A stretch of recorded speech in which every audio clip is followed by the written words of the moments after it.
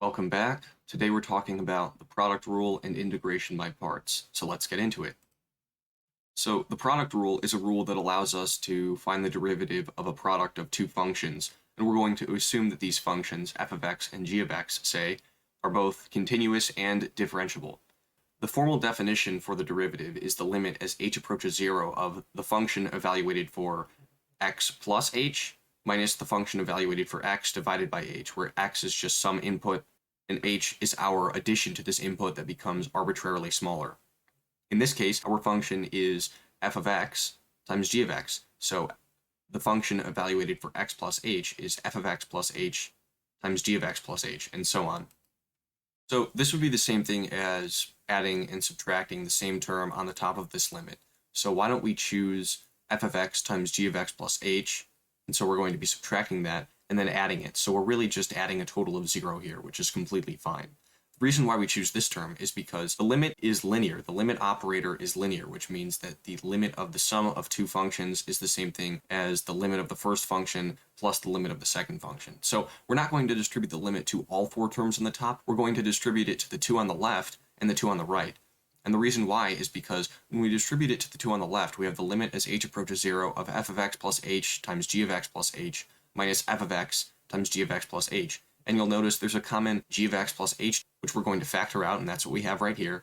And what we're left with is f of x plus h minus f of x over h, or rather the limit of that as h approaches 0, and that is exactly the formal definition of the derivative of f of x. The limit as h approaches 0 of g of x plus h is, of course, g of x. Therefore, this left term becomes f prime of x times g of x. And on the right, when we distributed the limit to the two terms on the right of the numerator, we're left with the limit as h approaches 0 of f of x times g of x plus h minus f of x times g of x. And there's a common f of x there, which we can factor out. And what we're left with is g of x plus h minus g of x over h. And that is exactly the formal definition of the derivative of g of x. And of course, the limit as h approaches 0 of f of x is just f of x. And so on the right, we have f of x times g prime of x. Therefore, we're left with the definition of the product rule exactly, that the derivative of f of x times g of x is f prime of x g of x plus f of x g prime of x. So let's just do some quick examples of the product rule. So say we wanted to take the derivative of x squared times sine of x. So we're going to say that x squared is the first function and sine of x is the second function. So it's the derivative of the first times the second plus the first times the derivative of the second.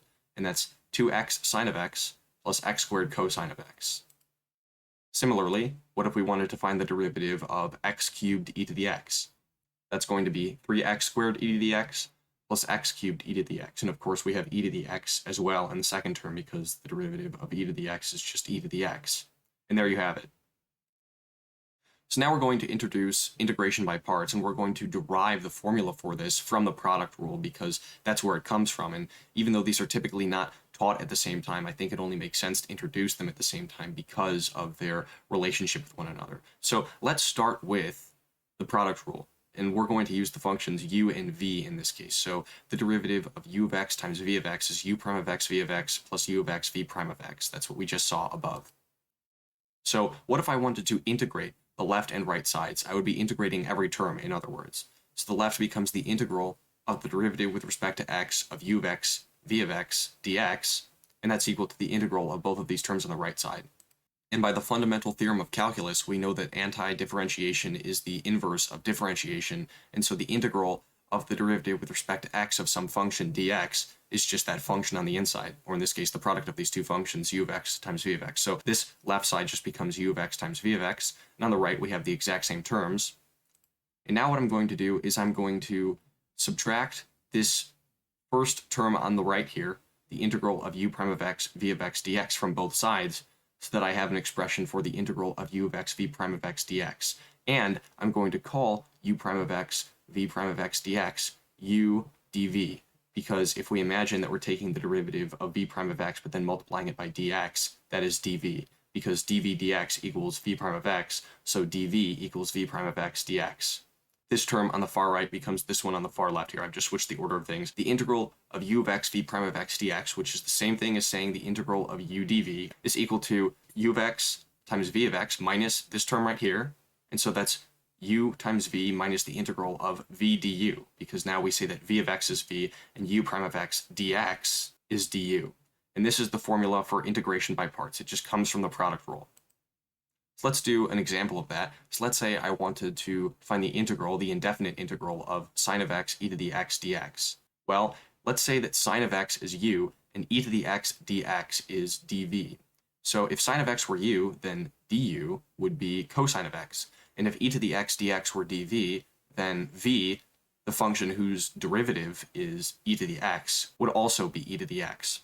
And so this is equal to uv minus the integral of v du, and so in this case uv is sine of x e to the x minus the integral of v du, so v is e to the x, and du is cosine of x dx. And of course, this integral right here will also require integration by parts. This is what we have now, so sine of x e to the x is just right here, and what are we doing? We're subtracting the result that we get from this when we use integration by parts. And so let's say that cosine of x is u, and e to the x dx is again dv.